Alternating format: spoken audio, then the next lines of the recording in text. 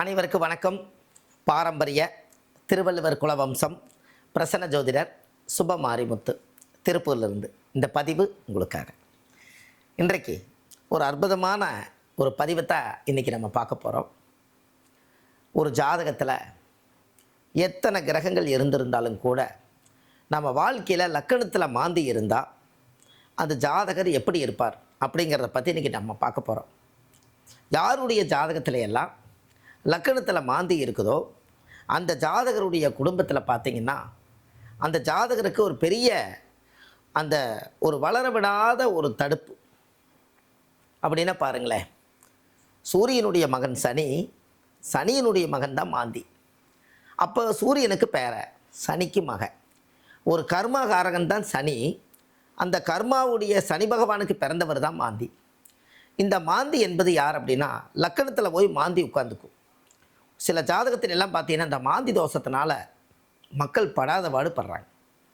ஏன் அப்படின்னா அவங்களுக்கு அவ்வளவு திறமை இருக்குது, தொழிலில் நல்ல திறமை இருக்குது, மிகப்பெரிய அறிவு இருக்குது, இந்த உலகத்தில் எதை வேணாலும் சாதிக்கிறாங்க அளவுக்கு ஒரு உணர்வு இருக்குது.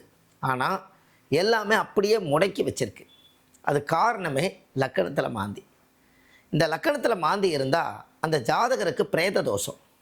ஏன் அந்த பிரேத தோஷம் வருதுன்னா அவரை பெற்றவர் அப்பா, அவர் அப்பா பெற்றவர் அவங்க அப்பா, தாத்தா, முப்பாட்டன், கொள்ளுப்பாட்டன், இவங்க எல்லாருமே வம்சாவளியிலேருந்து நல்லா வாழ்ந்து வந்திருப்பாங்க.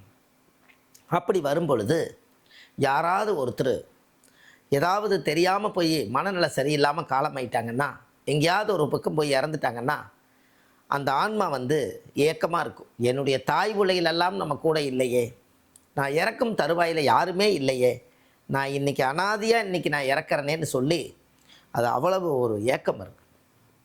அப்போது அந்த நேரத்தில் யாராவது ஒருத்தர் கைக்கு அந்த பிரேதம் கிடச்சி அந்த நேரத்தில் அந்த எடுத்து அடக்கம் பண்ணிட்டாங்கன்னா அந்த ஆன்மா உடம்புக்கு அழிவு இருக்குது, அந்த மண்ணுக்குள்ளே போட்டுருவாங்க, மண் இத்து போயிடும். ஆனால் அந்த பிரேத தோஷம் அந்த ஆன்மாவுக்கு அழிவில்லை. அது கரெக்டாக யார் ஜாதகத்தில் லக்கணத்தில் மாந்தி இருக்கோ அந்த ஆன்மாவுடைய பிரேத தோஷம்தான் மாந்தி. இந்த மாந்தியை வாழ்க்கையில் என்னைக்காவது ஒரு நாள் நீங்கள் நிவர்த்தி செய்துட்டிங்கன்னா அன்னையிலிருந்து உங்களுடைய கர்ம வினை குறைய ஆரம்பிச்சிடும். வாழ்க்கையில் நீங்கள் அசுர வளர்ச்சிக்கு வருவீங்க. அதுக்கு ஒரு முக்கியமான கோவிலை இன்றைக்கி உங்களுக்கு அறிமுகப்படுத்துகிறேன். சாதாரண விஷயம் இல்லை.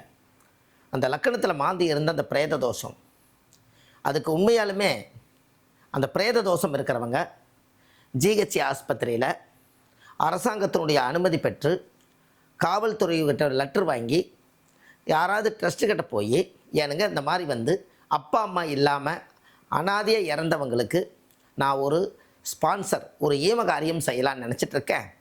அப்படி ஏதாவது ஒன்று இருந்து அப்பா அம்மா இல்லாத ஈமகாரியத்தை நாம் செய்யறதுக்கு நான் கடமைப்பட்டிருக்கேன், இருந்தால் சொல்லுங்கன்னு சொல்லி அவங்க அரசாங்க அனுமதியோடு காவல்துறை அவங்களுடைய அனுமதியோடு இந்த பிரேதத்தை எடுத்துகிட்டு போய் அதுக்கு ஒரு கோடி துணி ஒரு மாலை போட்டு அதை கூட போய் இருந்து, வயசானவங்கெல்லாம் கொஞ்சம் இருக்கலாம், சின்னவங்க வேண்டியதில்லை, லேடிஸ் எல்லாம் வேண்டியதில்லை, ஒரு நம்மளுடைய ஜாதகத்தில் முக்கியமானவங்க கூட போய் இருந்து அதைய அடக்கம் செய்துட்டு ஒரு 3 நாள் அல்லது 7 நாள் கிரமிச்சு அதுக்கு ஒரு திதி தர்ப்பணம் கொடுத்துட்டு வந்தால் அவங்களுடைய ஜாதகத்தில் அந்த பிரேத தோஷம் நிவர்த்தியாகும்.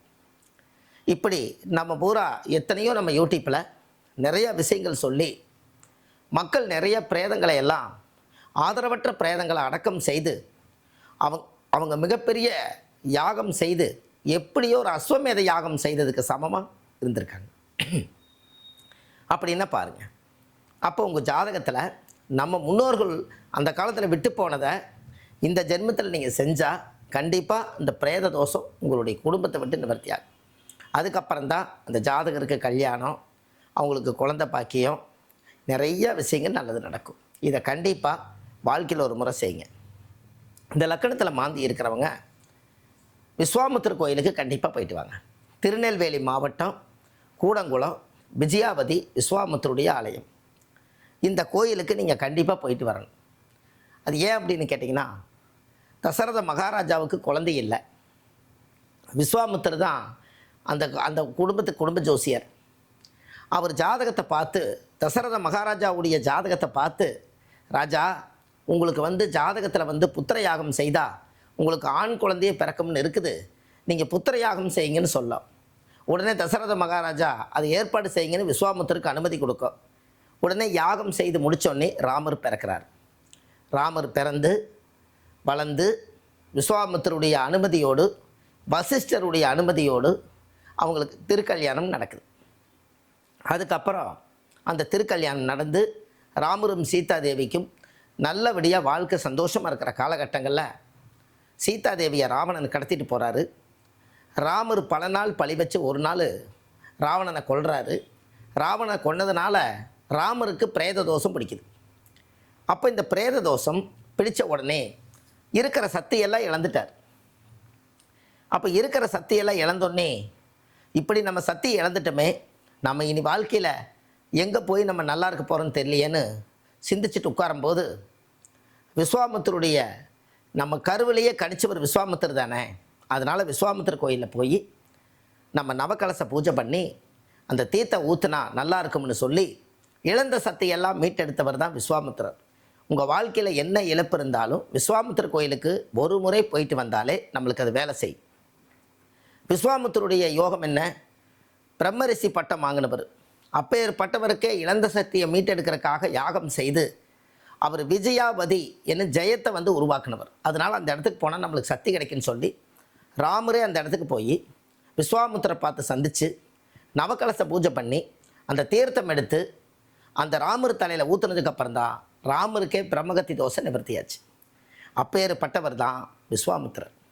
இந்த விஸ்வாமித்திரருடைய ஆலயம் எங்கே இருக்குதுன்னு பார்த்தீங்கன்னா, திருநெல்வேலி மாவட்டம் கூடங்குளம் விஜயாவதி விஸ்வாமித்திரருடைய ஆலயம். இன்றைக்கி பார்த்தீங்கன்னா எத்தனையோ வாழ்க்கையில் நாம் இந்த விஸ்வாமித்திரருடைய வீடியோவை போட்டு இன்றைக்கி அந்த கோயிலுக்கு ஒரு 10 பேர் 20 பேர் 50 பேர் 100 பேர் வந்துட்டு இருந்தாங்க. இன்றைக்கி பௌர்ணமி அன்றைக்கி பார்த்திங்கன்னா ஒரு ஆயிரக்கணக்கான மக்கள் அங்கே வர்றாங்க. ஒரு இரவு ஒரு 7 மணி 8 மணிக்கு மேலே விஸ்வாமித்திரருக்கு ஒரு 27 விதமான அபிஷேகங்கள் அங்கே நடக்குது. அந்த அபிஷேகத்தை பார்த்தா லக்கணத்தில் மாந்தி தோஷம் இருக்கிறவங்களுக்கு நிவர்த்தியாகும். அவங்களுக்கு தொழில், வாழ்க்கை, சந்தோஷம் எல்லாமே நல்லது நடக்கும். விஸ்வாமித்திரத்தை ஸ்ரீசக்கரத்தை உருவாக்கி வச்சார். அந்த ஸ்ரீசக்கரமும் அந்த கோயிலுக்குள்ளே தான் இருக்குது. இன்றைக்கி அந்த கோயிலில் ஸ்ரீசக்கரம் இருக்கிறனால அந்த கோயிலுக்கே ஒரு மிகப்பெரிய ஒரு பவர். அப்பேற்பட்ட விஸ்வாமித்திரர் இன்றைக்கி விஜயாவதியில் இருக்கார்.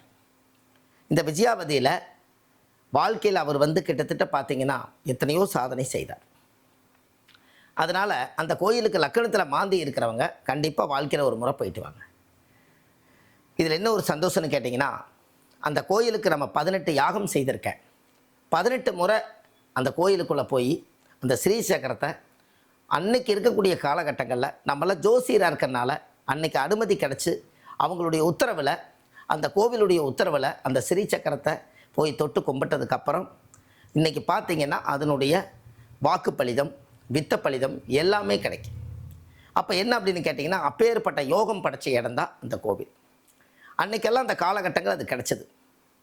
அப்போது அந்த விஸ்வாமித்திரருக்கு ஒரு மிகப்பெரிய ஒரு சக்தி என்னன்னு கேட்டிங்கன்னா, இழந்த சக்தியெல்லாம் மீட்டெடுக்கக்கூடியவர் விஸ்வாமித்திரர்.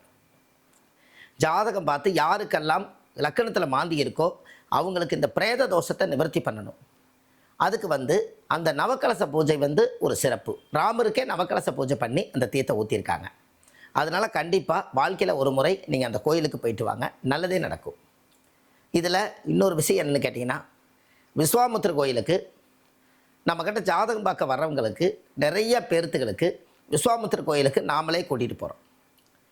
விஸ்வாமித்திர கோயிலில் பௌர்ணமிக்கு, அமாவாசைக்கு இந்த மாதிரி டயத்துக்களையெல்லாம் விஸ்வாமித்திர கோயிலுக்கு நாமளே கூட்டிகிட்டு போய் அவங்கள கடற்கரையில் உட்கார வச்சு அவங்களுக்கு நவக்கலச பூஜை யாகமெல்லாம் செய்து அவங்களுக்கு தீர்த்தமெல்லாம் ஊற்றி அவங்களுக்கு முறையாக பூஜை பண்ணி விஸ்வாமித்திரருடைய பக்கத்தில் உட்கார வச்சு அவங்களுடைய ஆசீர்வாதம், விஸ்வாமித்திரருடைய ஆசீர்வாதத்தை இவங்களுக்கு பெற்று கூட்டிகிட்டு வரேன். இது 18 பௌர்ணமிக்கு நான் போயிட்டு வந்திருக்கேன். 18 முறை யாகம் செய்திருக்கேன். எல்லா மக்களுக்குமே இன்றைக்கி பார்த்திங்கன்னா, அதுக்கப்புறம் பார்த்திங்கன்னா கூட்டம் இன்றைக்கி ஆயிரக்கணக்கான மக்கள் அந்த கோவிலுக்கு வர்றாங்க. அதில் மெயினாக விஸ்வாமித்திரருடைய அனுமதி என்னமோ நம்மளுக்கு அந்த யோகம் ஏதோ இருக்குமோ என்னமோ, அந்த ஜாதகத்தில் அந்த அனுமதி எனக்கு கிடச்சது. இன்றைக்கி அந்த கோயிலுக்கு நம்ம போயிட்டு வந்தோம்.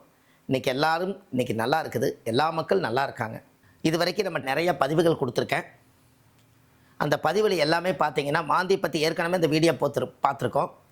அந்த வீடியோ நம்ம போட்டதுக்கப்புறம் லட்சக்கணக்கான மக்கள் வேறு அதை பார்த்துருக்காங்க. அது நாமளே பார்த்து பலனடைஞ்சிருக்கேன். இதை கண்டிப்பாக வாழ்க்கையில் நீங்கள் ஒரு முறை நீங்கள் கண்டிப்பாக அந்த கோயிலுக்கு போயிட்டு வாங்க, நல்லதே நடக்கும். இந்த விஸ்வாமித்திரருடைய சக்கரம் வந்து இங்கே கிடைக்குது, கண்டிப்பாக நீங்கள் வாங்கிக்கலாம். முன்னோர்களுடைய அத்தனை கர்ம வினைகளும் தீர்க்கறதுக்கு விஸ்வாமித்திர வழிபாடு செய்யுங்க. இழந்த சத்தையெல்லாம் மீட்டெடுக்கக்கூடியவர் விஸ்வாமித்திரர். இந்த டெம்பிள் எக்ஸ்பிரஸில் இந்த பதிவு வருது. எல்லா மக்களும் இதை பலனடைஞ்சு எல்லா மக்கள் நல்லா இருக்கணும். மெயின் லக்கணத்தில் மாந்தி இருக்கிறவங்களுக்கு பிரேத தோஷம் இருப்பதனால அந்த நவக்கலசத்தால் யாகம் செய்து உங்கள் கர்மாவை கழித்து அந்த விளக்கை ஏற்றி நீங்கள் வணங்கிட்டு வந்தாச்சுனால் உங்கள் வாழ்க்கையில் மிகப்பெரிய தோஷங்கள்லாம் நீங்கி உங்கள் வாழ்க்கை அசுர வளர்ச்சிக்கு வரும். கண்டிப்பாக விஸ்வாமித்திரரை நீங்கள் கண்டிப்பாக ஒரு முறை சந்திங்க, வாழ்க்கையில் நல்லதே நடக்கும் என்று சொல்லி பாரம்பரிய திருவள்ளுவர் குலவம்சம் பிரசன்ன ஜோதிடர் சுபமாரிமுத்து வள்ளுவர் வாக்குன்னு யூடியூப் சேனல் வச்சுருக்கேன். அதில் ஆயிரக்கணக்கான பதிவுகள் கொடுத்துருக்கேன். எல்லாமே முன்பதிவு செய்து வைங்க, உங்கள் வாழ்க்கையில் நல்லதே நடக்கும் என்று சொல்லி வாழ்வது ஒரு முறை, வாழ்த்தட்டும் தலைமுறை. நன்றி, வணக்கம்.